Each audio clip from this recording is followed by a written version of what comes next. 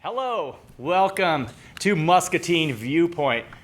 You've got it tuned in to Local Access Channel 9, or maybe you're watching us on our Facebook channel.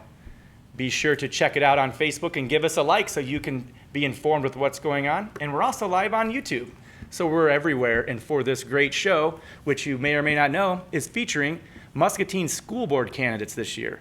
And we have 4 candidates with us total today, and we're excited to get to know them, find out why they're running for office, and also talk a little bit about some issues that they may or may not have to deal with in the future or are currently dealing with if they're incumbents. But before I get to that, Jeremy, we have a topic I'd like to discuss briefly, of course.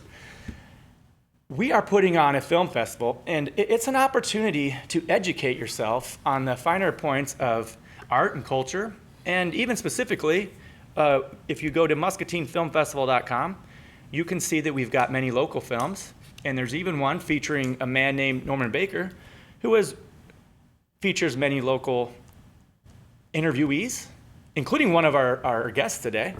There he is. And that's at 2 p.m. on November 9th. We have a sci-fi documentary series, and lots of things going on right here at the MCC Black Box Theater, and all weekend November 8th and 9th. So an opportunity to educate yourself, because we're talking everything about the schools and education on this episode, and so I thought this was extremely relevant for that purpose. All right, cool. All right, let's get to know who's here. First of all, I'd like to introduce our guests today. We have 3 of them here, so take the wide shot. We have, of course, Jeff Osborne, John Dabeet, and Ricky Teed. Joining us later will be Nathan Mather, and he'll be replacing John Dabeet. So we're kind of flip things around a little bit. So 4 candidates, and there's more. I don't have all their names right now, but they are welcome to be on the show, and great candidates as well. But we're just going to talk about some of the issues with the candidates that are here, and we've got a lot to talk about. So let's get started with you first, Jeff. What we'd like to do with each candidate is a little introduction, a little background, if you will, and then a little bit about why you're running, just sort of the blanket speech here. Okay. Again, my name is Jeff Osborne. My wife and I grew up in northeastern Iowa, went to public schools there. I attended East Waterloo High School, had an undiagnosed learning disability, and so I know what it's like to go through something like that. Coming out of high school, I was fairly disillusioned with education and what that meant, so I went into the workforce right away. I was a hard worker, however I kept getting passed by folks that were right out of college and stuff like that. So at about 23 years old, married with a child, entered college again, or went into college, graduated with a bachelor's in mechanical engineering from Iowa State University, master's in business administration from University of Minnesota, and a couple other things here and there. My wife and I moved here in 2014 after about 30 years in engineering and business management. Came here to Mid-America, joined Mid-America Energy as a site engineer at the Loiza Engineering Station just south of town. And our daughter enrolled in 5th grade at West Middle School. She's currently a sophomore at the high school. And what got me interested in running was, and I never thought I'd run for political office at all. It's not my forte at all. But what got me interested was we were having issues with the teachers having access to her originally IEP and then later a 504. Every year it was the same thing. It seemed like we struggled with administrators every year, and suggestions we'd make would fall on deaf ears. We were frustrated. And I think my aha moment was the Journal did an article on our story. My wife and daughter had gone to the Des Moines Capitol and witnessed the governor sign a bill that they had helped work on to help kids like my daughter. And again, the Journal did an article on that. We talked to Dr. Reby about this earlier about some of our concerns and what we were doing. And his reply in his quote in the Journal's article was, We have the programs that we have, and so that felt like we just weren't being listened to because we never actually asked for a program. He had kind of made it in the light of, we came from another town and we were trying to push that program that they had on Muscatine, and that wasn't it at all. It was not our feedback at all, and so it was obviously not listening to what we had to say. I wrote a letter to the editor. It got picked up by the Quad City Times, and then afterwards I started getting messages and letters from other parents and teachers, and this was a year and a half ago, and I'm still getting those things. And even though each child's situation is different, the story was always the same. Parents and teachers don't feel like they're being supported and listened to, and that's our story too, and so that's why I'm running. Cool. All right.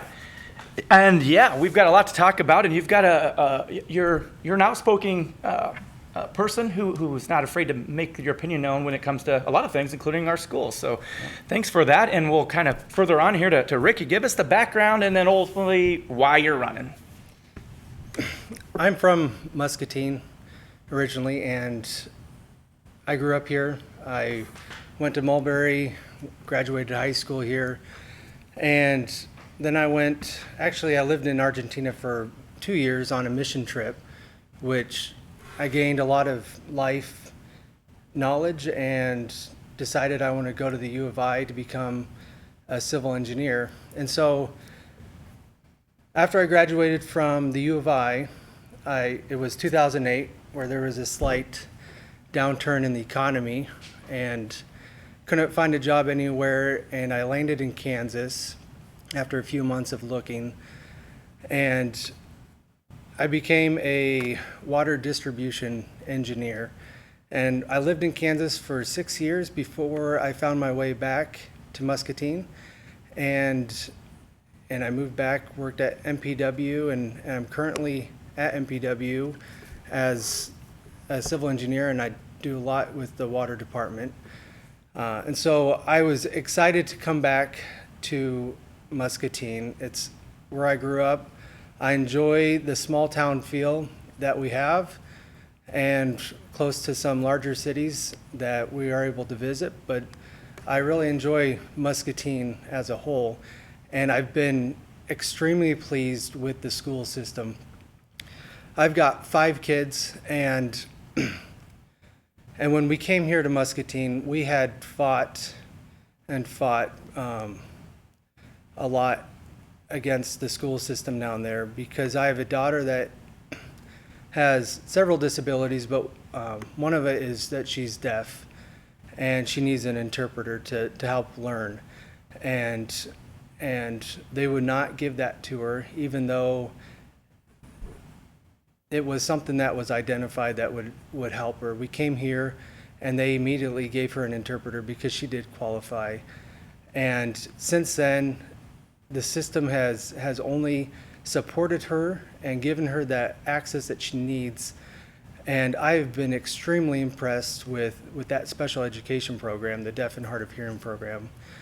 And my hope is that whenever I hear issues that come up, because I know not everybody's going to be happy with everything, but that I can listen to those people. I know where they're coming from. I'm very knowledgeable with IEPs, individual education plans, because in Kansas, they taught me how to become knowledgeable by basically doing a lot of things wrong. And so we were able to educate ourselves as parents. And so I have that strength to understand how the special education system works.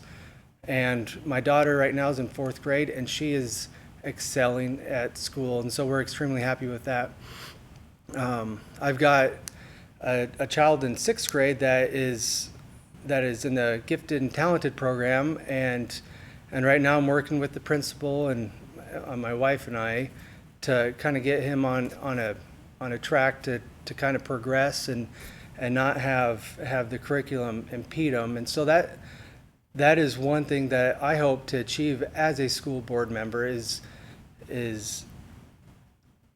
so that the curriculum can fit the child, and the child can grow and not be held back, and that they can be challenged. And I know this current school board has been working on that curriculum aspect too. And so I am honestly impressed with the teachers, the principals, and with all the support staff. I truly find it amazing, the assets and the resources that we have here in Muscatine. I hope that I will be able to help leverage that so that the kids can thrive, enjoy, and that we can attract new families to this community instead of going to the Quad Cities or Iowa City, because I know that is always a challenge to bring people to Muscatine on the business side and on the education side. So the more we can attract families, the better this community will be. And that is based a lot, I believe, on the strength of the school system. And so that is another big reason why I'm running for a school board member. Then I have a third grader and then two more kids that aren't quite in the school system yet. Third grader, she's loving school and just got done with parent-teacher conferences, and she is doing great as well. And she's got a lot of great friends, and so my perspective is that there is a lot of great going on. I hope to strengthen the school system by being a school board member, and so that I can help not only my children, but all of your children too that are going through the school system to have an enjoyable and a very beneficial education. I received one. I feel as though I took advantage of the Muscatine School District with my education, and so I hope I can give that back to my kids. And it's something that I've done since my kids were little. In Kansas, I was active in talking with some of the higher ups on the state level to get funding for certain special education programs, and so I have that knowledge as well as of how to talk to state legislatures and work on that aspect, whether it's the AEA or how that funding mechanism works. And so I feel that I've had a lot of experiences already in my life that I can provide to this school system. Okay, good. That's a nice comprehensive background. You've got lots of children in the works. I think most school board members do have a lot of reasons why they run, and one is that they have children in the system. And let's find out if that theory is true. John, the floor is yours. Thank you, Chad. And first of all, I would like to thank you for giving me and giving us the opportunity to talk straight to basically the citizens of Muscatine about why we are or why we decided to run or rerun for school board. Well, my name is John Dabeet. I'm the department coordinator here at MCC at the college. I teach economics and statistics, and my nature is I'm very driven by numbers and facts and statistics in making any of my decisions. I grew up in a family that values education. My dad was a linguistic teacher. He spoke 5 languages fluently. And I remember growing up in the house, listening to him telling us that it doesn't matter what you want to do in your life, the most important thing you have to do is finish your education.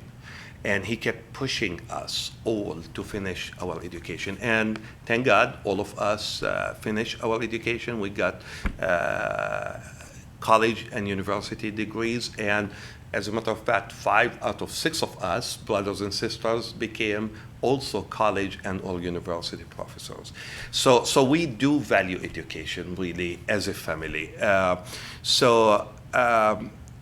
moved to United States 32 years ago.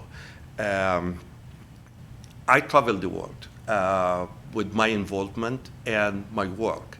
I've been to 19 countries, and every time I travel to a country, one of the first things that I do is I study their educational system, because I want to learn how they do things in different countries versus how we do things here in the United States. And basically 15 out of those 19 trips that I had outside the country was for educational purposes too, so which I learned a lot from that too. So I am also parents of twin boys in 5th grade at McKinley. So having them there, starting their educational journey since they were 3 years old in that pre-K program, all the way till now as they are in 5th grade, I'm seeing, how they are growing up and how they are learning. And I'm enjoying also, and my wife too, are enjoying to work with them at home. As I said, I'm driven by statistics and data. What our students learn, basically based on the research and the historians, what they are telling us is just only 20% of what they learn in school. So the rest of those 80%, going to learn them somewhere else. And a big part of that, I assume, the house, the home. I'm already on the school board. I'm the incumbent here, and I'm running again for re-election for many reasons. Number one, it's a good fit for me. I'm in education. I have been in education all my life. As a student, when I started in kindergarten, all the way to high school, and then university for my undergraduate level, and then 4 graduate levels too. So I have been in education, it seems to me, all my life. Plus, after I finished, I started to work in educational setting in colleges, for example, first on the East Coast in Pennsylvania, and then moving here to Muscatine Community College in the Midwest in Iowa. So it's a good fit for me to be serving on the school board due to that. Now, what other reasons, obviously, that drives me to run? As I said again, I have 2 kids, and what I would like to see my kids having and achieving, I would like to see every kids in Muscatine having and achieving too. The thing about it is now you cannot be on the board and be selfish about just your kids. You have to work for all kids in our district. Our district is at stake. Next year we're gonna have a new superintendent, and I want to continue to become part of the selection of that new superintendent that I envision, obviously, in a certain way, that new superintendent. And that is very important, also reason why I'm running for re-election. I created a very good and excellent, I might even say, relationship with everybody in the school district. When I was elected, I remember my first year on the board. I promised everybody that in my first year, I will be visiting every building, every school. I will be talking to teachers. I will be talking to students. I will be talking to administrators. I will be talking to staff and support staff. And guess what? I did this in the first year. And not just one time, I visited every building many times. I built that relation with everybody that works in that school district. And I like to continue that. I like to continue to serve our school district in a way so that we can take our school district, obviously, to the next level. Regardless where we get, we always have, and we should have, rooms for improvement and rooms to go more and above and beyond that and even move us even more forward. So those are some of the reasons why I'm seeking re-election. All right, there we go. That you guys took advantage of your time in a good way, because that's kind of important when you're voting, to know the background of the constituents. And I'm glad to be able to give you guys a little more lengthy opportunity. Having said that, I am going to get my phone out because I want to do some topics. And I think I'm going to get the stopwatch out just in case, because I want an equal discussion. I don't necessarily have to go one to each other. Maybe we can just start freestyling. But there's some things I want to talk about. And if you get to the point where you're feeling your 60, 90 seconds, kind of take a breath so the next person can talk, because I want everybody's opinion to be heard. I got a couple of questions. this is I know I can't be the only one that doesn't know the answer to this, but how much is a school board in person candidate paid, if at all? Well, No, just like what literally is I mean, I know it's public knowledge. I just didn't look it up. Are you doing it for free? I mean, how much do you guys get paid? well, in my past 4 years, I have been doing that as a volunteer. Oh, okay. Kind of work. There is no no payment for being a school board. But on the other hand, you have to be available when you get that phone call. And I did. I did get sometimes phone calls from parents at 2 o'clock in the morning. And they want to talk to someone. And you cannot say, hey, it's 2 o'clock in the morning. Can we Okay. talk in the morning? No, you need to take time and you need Takes to a lot listen of time. to them. And you're volunteers. Exactly. So that the reason why you're running, and I'm glad you guys took some time to answer that, because that's important to note too. And people are calling at 2 in the morning, and not that the council members are doing it for the money or anything. It's never a lot of money, but some of the people that work in our schools do get paid because that's their job. And you guys are volunteering to make the school district a better place. Sorry about that. And that also begs the question, there's a 4-year term and a 2-year term. You chose the 2-year term, or how does that work? I mean, did you just decide that you just want to kind of test it out for 2 years, or how did you decide the 2 versus 4? I know in the city council you choose by the ward. Correct. I was given some, I had asked about that, how does that work? I was told it worked one way, and, it was by someone not official or anything like that. But, so I didn't think it really mattered too much. The way I thought it was gonna work was, just like with the 4-year term, the top 4 vote getters get the 4 slots. And so I thought the 5th vote getter would get that 2-year slot. So I didn't think it really mattered much. I filled out my paperwork for signatures. I checked the wrong box. I printed out multiple copies, went out and got all my signatures, and then when I turned it in, they said, oh, and then I filled out the other forms and they didn't match.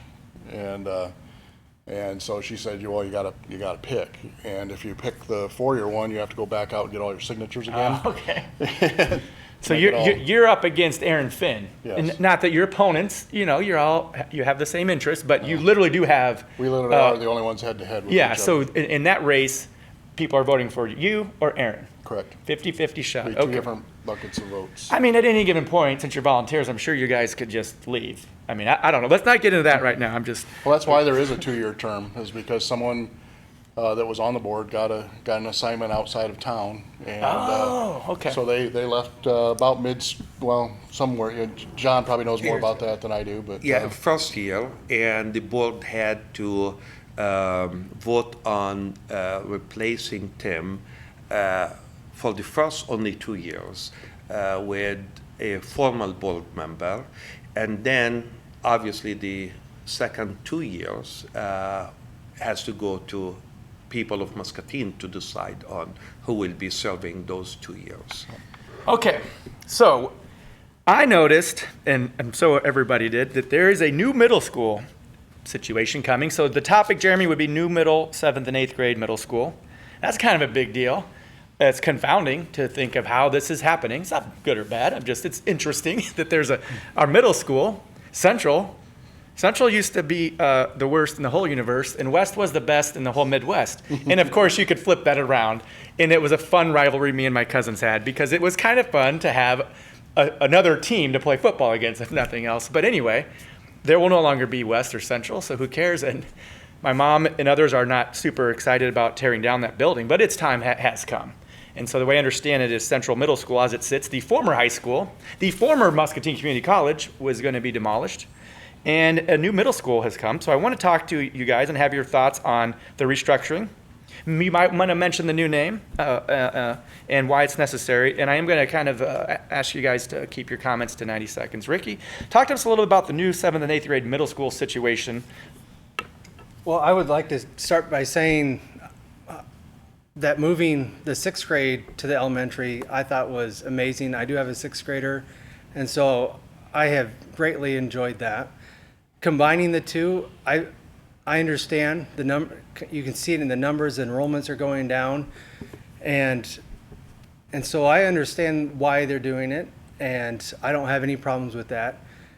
And I think as school board members, if we get the right people in place to to find out the information that we need to make decisions on the school board level, then if we can trust those people that we hire and ask to gather that information, then we should be able to make a very informed decision.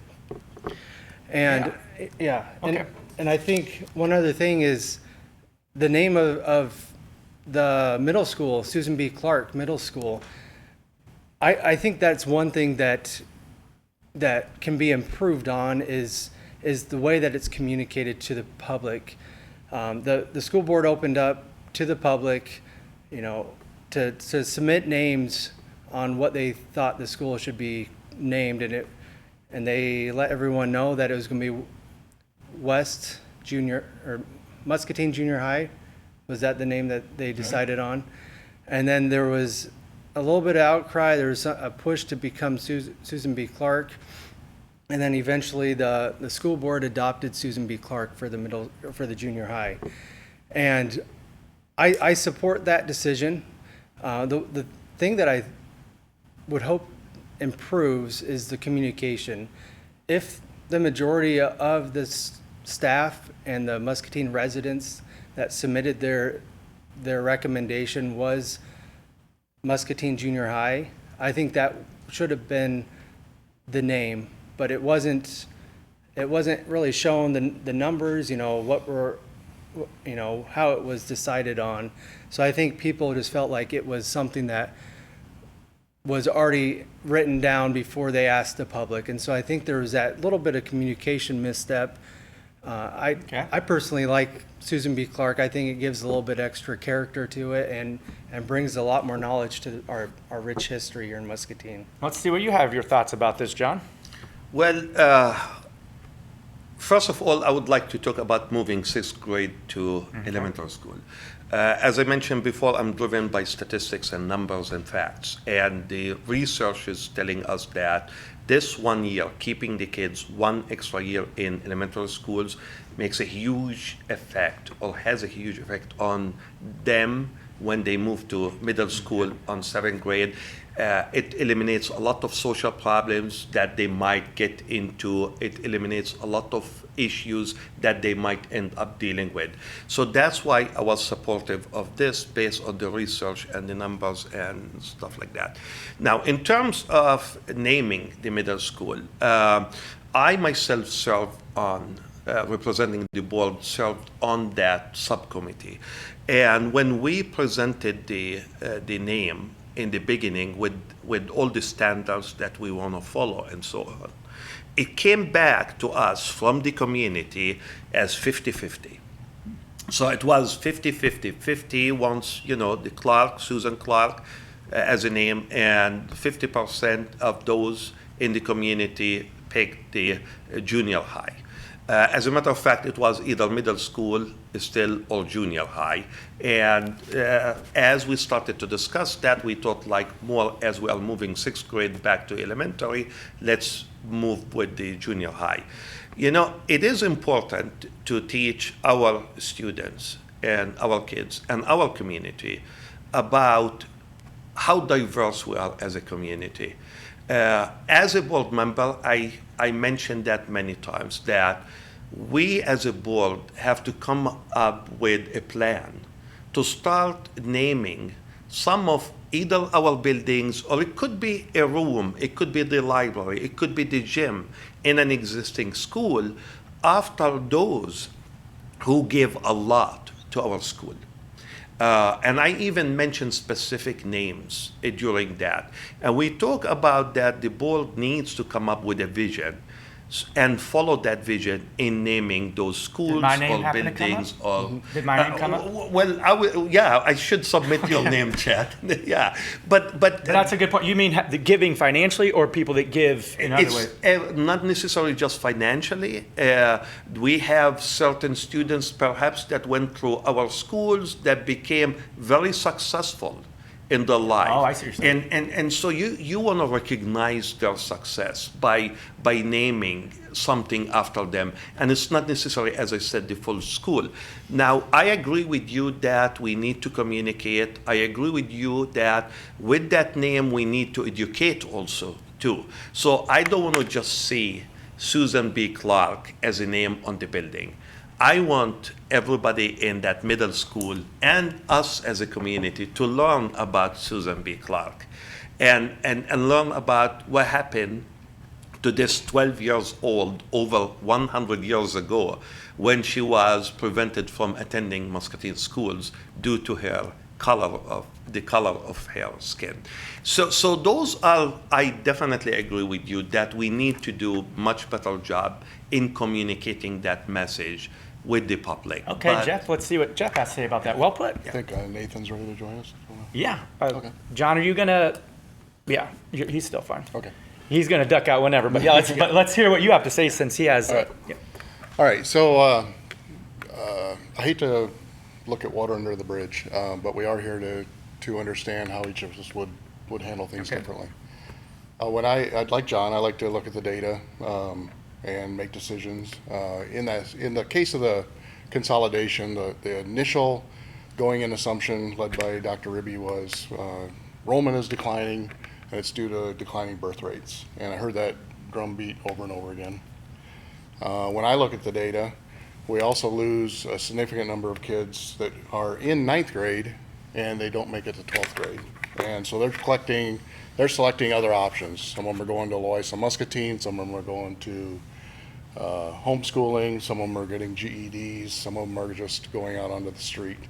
And in a ratio of about 2 to 1, we are not retaining our kids. And that was never really talked. I've watched a lot of the school board meetings, and I can't say that I've seen them all, and maybe John will correct me on this, but I go in with I'm going in looking at that data wondering why aren't we talking about retaining? And why is the city talking about we're going to grow at about 2% a year, and the school is saying we're going to reduce at about 2% a year? Those things, it just doesn't add up. And so I really think we need to start working on retaining, attracting. The school is, in my opinion, what's holding this town back in growth. And it's because I understand what Ricky's saying, that in the elementary schools, I hear that a lot. The schools are doing really well in the elementary schools. 3 of our elementary schools are above the state average in performance. The other 3 are not doing so bad. It's when you get into the middle schools and the high school, the results really drop off. We are serving about 75% of our kids well, and that's nothing to sneeze at. It's something to be proud of. However, average schools in Iowa are serving about another 10% more. That's 50 to 100 kids a year that are not being served by our schools. And when we talk about trying to do well with all these kids and being there not just for our own kids, but every kid, those are the ones I'm worried about. We are serving a lot of our kids well, but nobody is talking about these ones that are falling through the cracks. And so getting back to consolidating and why we're doing all this, we went in with an assumption that it's due to declining birth rates. We never really looked at much other data. We took Ribby's word for it. And the city is telling us, no, we're going to be growing at 2%. And I don't want to talk about water under the bridge, but however, going forward, I think we need to look at the data more clearly and understand why aren't we retaining the kids that we're losing, and why aren't we attracting the families that come here to work but refuse to live here. And in my opinion, that's fairly evident in the data. And if we get a chance, I'm going to stop you here, but what are you going to do about it? And I know you probably have an answer to that, but Yes. if we get a chance, then that's probably how we'll conclude it, because there's a lot. You unpacked a lot. And, well, Nathan Mathers here. Hell. So Nathan, if you can kind of briefly introduce yourself, and then we'll let you kind of dive right in. But the floor is yours to introduce yourself and talk about why you're running, and briefly, and then we'll kick back in with our topics. Well, thanks, Chad. Thank you, gentlemen. Appreciate everybody's tuning in, whether now or later. I am Nathan Mather. I've been on school board for 2 terms, and I'm running again, number one, because there's still more that we need to get done, but also because I'm a person who gets things done. I've got 11 years of experience in elected position, which is almost as much as everybody else running for those positions, for the 4-year seats combined. I know how to make things happen because I'm sure, and I haven't had the chance to hear everybody tonight. I've been listening in a little bit, but everybody talks about we got the superintendent. situation. That's very important. Everybody says, you know, we've got the curriculum audit, we've got to improve student performance. All these things are important. Yes. But the real question I think that doesn't get asked, or especially doesn't get answered after that, is what are you going to do about it on the school board? You know, every year, or every 2 years, I should say, it seems like there's half the people think we're doing great, half the people think, you know, it's the worst situation in the world. So there's always a protest vote to a certain extent. But people who get on, what you will notice if you go through the minutes, if you are at all familiar with the meetings, unanimous vote, unanimous vote, unanimous vote, unanimous vote. What changes? What does each individual school board member bring to the table? And yeah, you need the insight of your educators. You've got to listen to people. But no school board member, while they're on the school board, has taught a single minute in a classroom.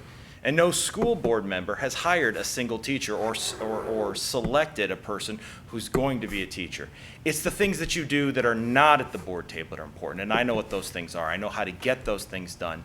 You know, one of the most important things that we have done, just to give everyone an example, is when I got onto the board, I started pushing for the mental health care for our students. Not that the district needs to be providing it, but that it is an essential element if we're going to touch those kids and reach out to those kids that Jeff is talking about.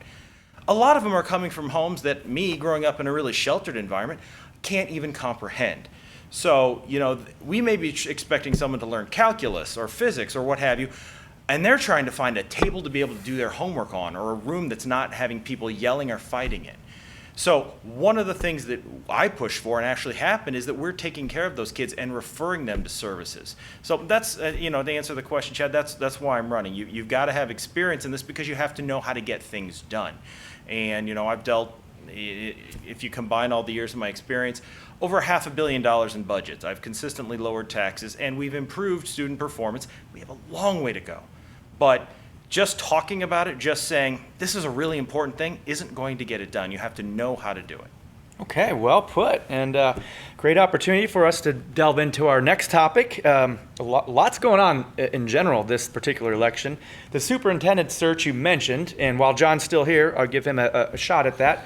I would like you to talk about what you're looking for, maybe what Dr. Reeby did right, maybe some ways he could have improved, and if you have any thoughts on why he's leaving. Now, don't do all 4 questions all at once, because then you'll be talking for 5 minutes each, but the topic is superintendent search, so kind of an open-ended question. What are your thoughts on the superintendent search, and what, as a school board member, if you were reelected, how would you influence this opportunity?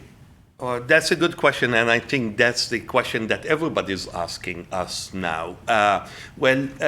Superintendent plays a very important role in taking our district and guiding our district into the next level.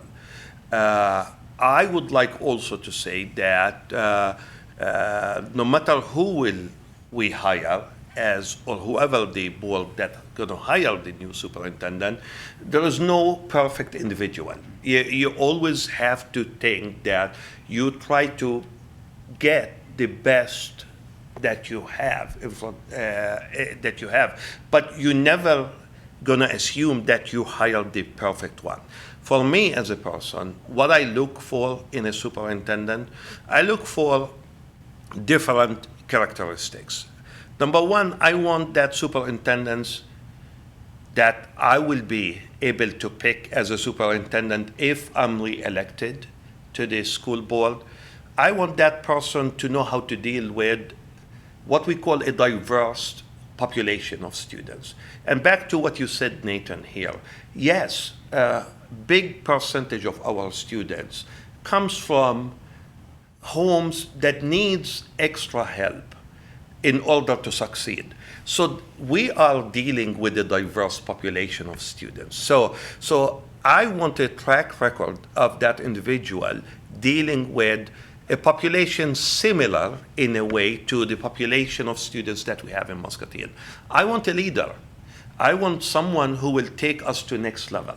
Now, I'm gonna ask just the same question, but do you have any thoughts on our current leader? Well, my thought on our current leader, as I said, no one is perfect. As individuals, as a human being, we make mistakes, and we do things that are good. So it's not necessarily good or It's bad. good. It's just. It's good to embrace the good, and be positive about it, and it's good to learn from your mistakes. So that's what I'm trying to say. I'm not trying to defend anybody, but no one is perfect. Yeah. And I rather take the positive approach to deal with any issue at stake rather than going the other way. So for me, as someone who worked with Dr. Reeby for 4 years, and I would say that he is a very good leader in a sense that he always listened. He didn't have the magic wand to come up with what I would say a definite solution for every question. And I never expected that of him because, again, he's a human being. And we make mistakes, we make good decisions. Now, I don't want to also think of our Muscatine School District as just superintendent. Yeah, that's the current topic. But yeah, I understand. I want to give everybody also a recognition. Our teachers are doing a great job, and we want them to hear that. We want to deal with them and work with them in a positive way. Okay. Our staff, our students needs our help too, and our support. So what I'm saying, when I look at Muscatine School District, I look at it as a comprehensive unit, and not necessarily only one person who's leading the ship. We all are leading that ship, and again, when you are a human and when you work, you make mistakes, and you make good decisions. You learn from your mistakes and keep going. Okay, Jeff, what are your thoughts on the superintendent search? I'm curious as to why you might think Dr. Reeby's leaving. Your name might come up as one of the reasons because you are a critic of the school, and that's not necessarily a bad thing, but you have a passion for the schools being better. But I know if I have a job and it's easier to complain than the praise. A lot of times people praise lightly and complain loudly. This might not have anything to do with it. Maybe another job opportunity came up. That's just my personal question. You may or may not want to address that. Okay. But talk about the superintendent search. Well, let me address that. Yep. To Dathan's point and John's point, there has been a lot of great things done under Reeby's watch and under this board's watch. The budget was in financial ruin 6-7 years ago. Does it go that far? The board was infighting a lot at the time. I read one article where one of the members actually resigned over interpersonal issues that were going on. We do not want to go back to those days. I credit the current board members and Dr. Reeby for taking us through those times. That is not easy to do. I've been there. I've done that in other organizations. That is absolutely not easy to do, and certainly to the level that they've done it. I have not been that successful in doing it the way they did, so I give them a lot of credit for that.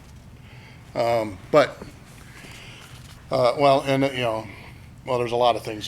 John's leaving not because Yeah. he's upset or Yep. anything, but we talked about this ahead of time. So, No, thank you, and best of luck, guys, but I have to go back. yeah. Okay, so carry on, Jeff. Sorry to interrupt. Thank Yeah. you, thank you. And we've got a lot of things to be proud of. And like I said, the schools service 75% of our kids very well. That's it's a majority of kids. We've got great athletic programs. We've got the largest band in the state. We've got great special needs programs. We've got great advanced placement programs. We've got one of the highest participation rates in the state. All great things. I could just keep going on, but we can't solve the problems we created today with the same level of understanding we had when we created them. And we did create some problems. When my wife and I first came here, we did a nationwide search on where we wanted to locate our new business. We chose Muscatine, and we were a little worried about the schools. However, we talked to Jan Carlson, and there's a lot of great programs here at the time and still are today. A lot of hands-on programs that we thought our daughter would do well with versus the book type things that gave me trouble when I was growing up. And so that's good. But again, we've got strong special needs, we've got strong AP, we've got a strong middle, but we've got these two places in between where kids fall through the cracks. At about 10 to 20% of our kids do. Again, 50 to 100 of them a year are falling through this crack. Some people I don't hear a lot of people talking about that. And as far as, what I've heard a couple of the board members say a couple of times in my opponent, Aaron, is, I talk a lot about those kids. I also talk about all the other kids, but people hear me, it seems like the complaints are louder, right? Nobody will probably remember I just spent most of this conversation talking about the great things the schools are doing.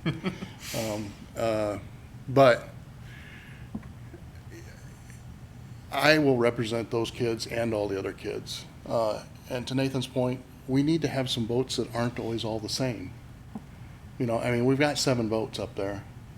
It's not a bad thing if each one of us votes a certain aspect of, a certain facet of the diamond.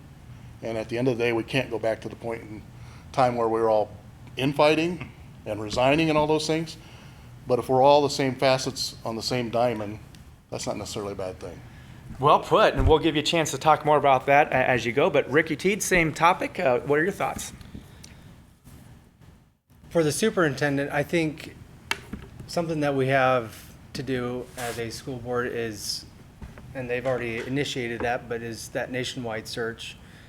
And there's a few big characteristics that I would like to see in a school board, in a superintendent. And one of them is a humble leader, one that doesn't think he has all the answers or tries to dictate, how things are supposed to be done, but one that opens up the conversation and works extremely hard at implementing the curriculum that is given and allowing those teachers to adopt that curriculum and teach it in a way that supports the kids in the classroom. And if those teachers need to adapt or change certain teaching tactics to help the kids in the classrooms, I hope that the teachers feel that they can do that and that they have the administration's support. And the reason why I say that is because the teachers, they see things. They're there every day teaching the kids, and if they can bring problems or issues up to their principal and then the principal up to the superintendent, then those situations can get solved and corrected on a case-by-case basis, and hopefully we can retain those kids that are maybe getting lost on the way, those 10% that you keep talking about. And so hopefully we can make those small adjustments and encourage those students to learn, to stay in the school system, and to excel. And so I think there needs to be an open conversation between the superintendent and the teachers so that they can collaborate and they can improve the school system year over year, and we can progress that way. I think that is one of the major things I would like to see in a superintendent. Well put. Let's see what Nathan has to say about this talk. Well, thanks, Jed. Just to answer the first question, why Dr. Reeby is leaving, when he came in 2013, he said, I got 6 to 7 years till retirement. Oh. It's been 7 years. Yeah. He's got grandkids. He'd like to see them. I was just curious. Yeah, thanks. Yeah, so this is right on his timetable. Great. And as Jeff pointed out, 6, 7 years ago, we were in rough shape. I took over as board president in 2013 when Dr. Reeby came on board, and our board meetings went from 4 to 5 hours to about an hour, hour and a half. If Trump's got that MAGA hat, we made school board boring again, and there was a lot to be said for that, I think, because as we've said, there are numerous strengths, and unfortunately, one of the problems is these kids who are falling through. Part of that is simply by the way competency levels are tested. The idea is to get as many kids as possible over a certain hump, and once if they achieve that hump or they go 30 points above it, it doesn't matter for the competency scores. So that creates an incentive for us to target education, to just do enough for those kids, to target the low-hanging fruit, the kids that are easiest to carry over that line. And unfortunately, that does result in a lot of kids being left out. That's why we have seen a lot of kids leave for homeschool programs. We see a lot of kids opting out and going through open enrollment to other districts. And that's something that I think we have to deal with. Another one of Dr. Reeby's strengths has been his ability to build and establish systems. We had no systems in place when he came on board. And now I think we have the foundation where we actually have systems that we can trust that are going to be there year to year and in place, and we can build on those. That's what I think we've done right. And I count Dr. Reeby a dear friend of mine. We've been over to his home several times, hung out. My kids have hung out. You know, they gave him Christmas presents and everything like that. But at the same time, Jeff, even before you guys were running, you were thinking about running for school board, you know, I met with you and your wife and your daughter, and we went in and advocated because we didn't feel, and you guys especially did not feel, that she was getting the kind of quality education and attention that her dyslexia required. And so, you know, you can be friends with somebody. You can have a great working relationship with them, but you have to be open to being able to criticize them. And I think that that is an important facet. Now, we're paying a search firm $14,000, $15,000 to bring us great superintendent candidates. I think we're going to have great superintendent candidates. And we as a board, whoever's sitting on that, is going to have a great opportunity to make a decision. But where the rubber meets the road is really what happens after the superintendent takes his or her position in the district. Do they get to know the key people, and not just the leaders of the community and the teachers and religious leaders and parents and all that, but the people whose voices are forgotten? We were asked as part of the search process to name individuals in the community we thought should sit on a committee that interview the next superintendent. And in my experience hiring the last superintendent, and every time we've done one of these committees, it's been the same old people, the same old incredibly valuable pillars of the community people. But there are voices that are not being heard. That's why I represented a friend of mine who works at a gas station as a single mom with 2 kids. I think her perspective needs to be heard because, you know, we can sit here and say high-minded things all we want, but unless we're listening to all those voices, not just the teachers who are gung-ho and buying in, but the ones who feel a sense of reservation, the ones who think, my gosh, if I speak up, I'm going to get in trouble. Because in any district, you're going to have that. You're going to have the people who fear retaliation. And the idea is to minimize that, to make sure all those voices are heard, but then to know what questions to ask, to have enough experience to be able to see through the BS that anybody tries to pull over on you, and actually make the decisions, ask the questions, vote against initiatives when it's necessary to hold people accountable so that that change actually happens. Well put. I'm going to, we're going to give you guys each closing thoughts, and because there's probably some topics you wanted to talk about, you're going to go ahead and get those. And maybe the question will be, what are you going to do to make things better if you feel that there's room for improvement? But I do want to have a moment of silence for facilities that we've lost in the past. Garfield, went to school there briefly. Washington, it's a great sportsplex. And then also Colorado, it's I know we're still using it, but as a citizen, and soon Central Middle School will no longer be there. Something's going on, and declining enrollment, birth rate maybe. Maybe everybody's going to L&M and Durant, and some of them are. But also, just like at MCC, brick and mortar buildings aren't quite as needed as they used to be. There's a lot of homeschooling going on, and maybe people aren't finishing school.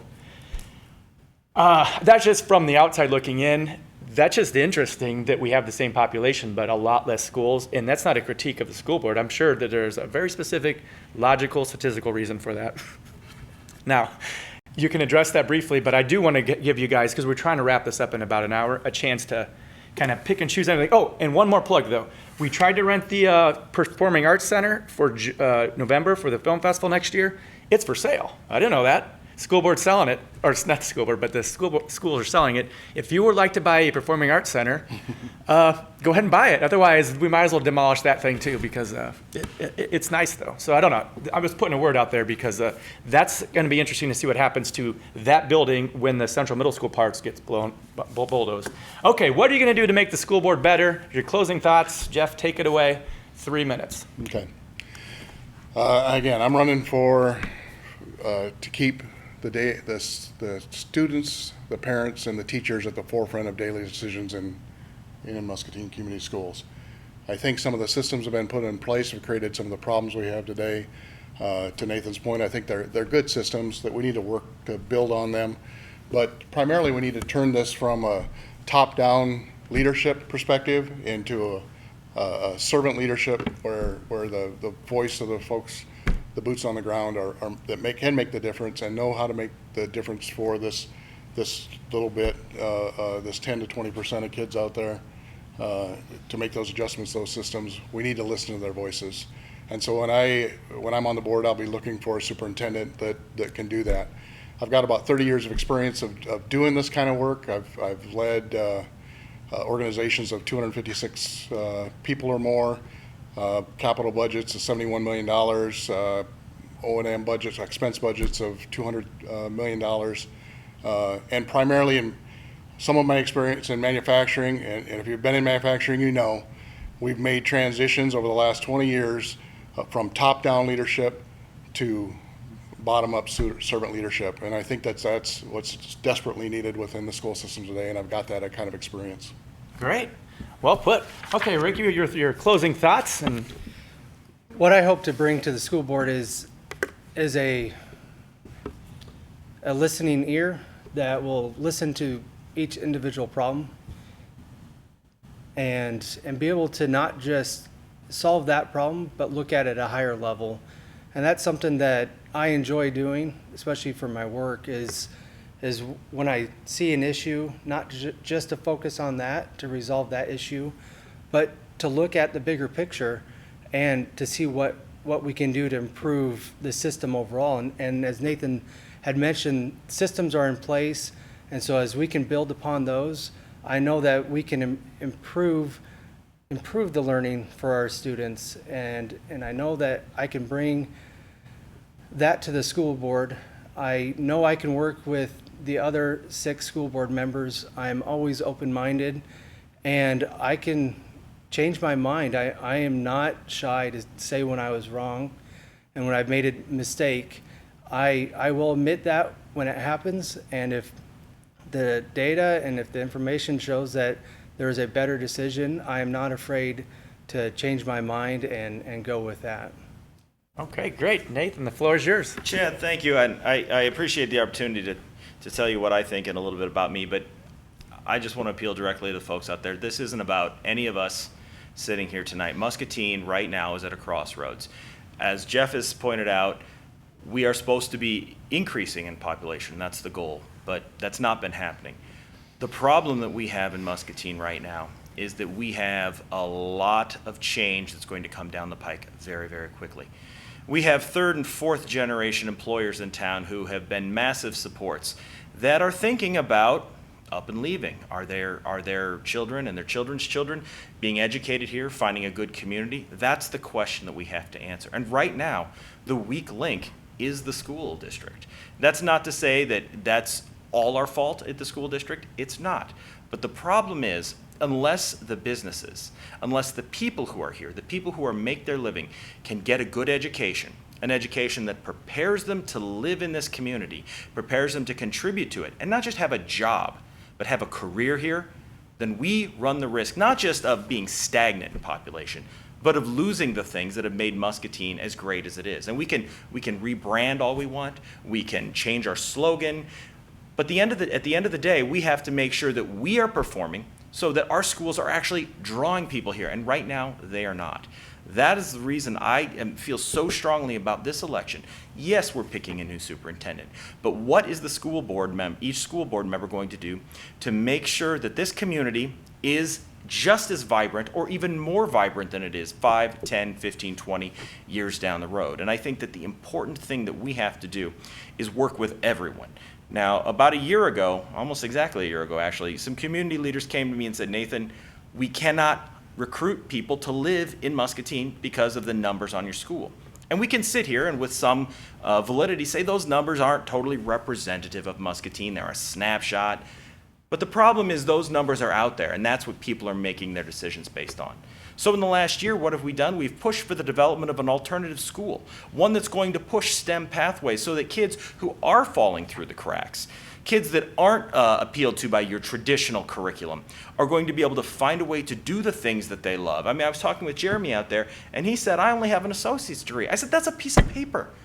It's not the paper that matters in this world, it's what you can do and what your passions are. So we need to continue to develop the pathways to passions for our students to make sure that they want to live here so that the people who employ them will also see what a great community is. That's what I'm doing in my work on the school board. That's what I'm doing in my work in the county. And really, we have to continue to seek and push through those alternatives in order to make sure, not just as people hiring a new superintendent, not just as people giving an attaboy or slapping folks on the back, but really taking the initiative, taking the reins in our hands, and developing those connections that are going to make sure this community is here when our kids and their kids want to live here and grow up. And I probably should keep talking until Chad gets back to his seat. No, that's what I know. We went just a little bit over my 8 o'clock deadline, so we'll Calvary Connection will be with you momentarily, kind of like on NFL Day when the Simpsons I'm waiting for at 7 and then the game's on. Nope, you'll get the full Calvary broadcast in just a bit. Well, geez, thanks guys for coming. We had a lot to talk about in, you were wondering if you'd be able to talk for 30 minutes or so. We just tapped the tip of the iceberg as far as topics go. It's not that hard when you kind of get people that want to make a difference in the town together that have a lot of great things to talk about. I love the idea of the school district being an opportunity to draw more businesses, infrastructure, and more people to live in Muscatine. And so I was glad to hear, and I'm sure you guys are all worthy of helping make Muscatine better from the school district level up for our children, for me, and for our economy. And great to have so many candidates running. I'd like to thank you guys for being here. And for the candidates that weren't able to make it, get out and vote. They've been heard, and they're worthy as well. These are just the ones that were happen to be free when I invited them. Mm-hmm. And get out and vote for your city council members, for your school board, and make a difference. And I'm very excited to have met you guys. All three of you will do a great job, as will the others that are running. So thanks for your time. Thanks for tuning in to Muscatine Viewpoint. Next week, who knows? We'll see what comes up, but there's lots of viewpoints in this town that we can get to. So tune in each week live here on Channel 9 and rebroadcast at 2 and 7 on the weekends. And of course, like our Facebook page and or our YouTube channels, and you can follow along right with us as we aspire to communicate using Channel 9 and helping make the world a better place, in this case, by letting you know about our school board candidates. We'll see you next time.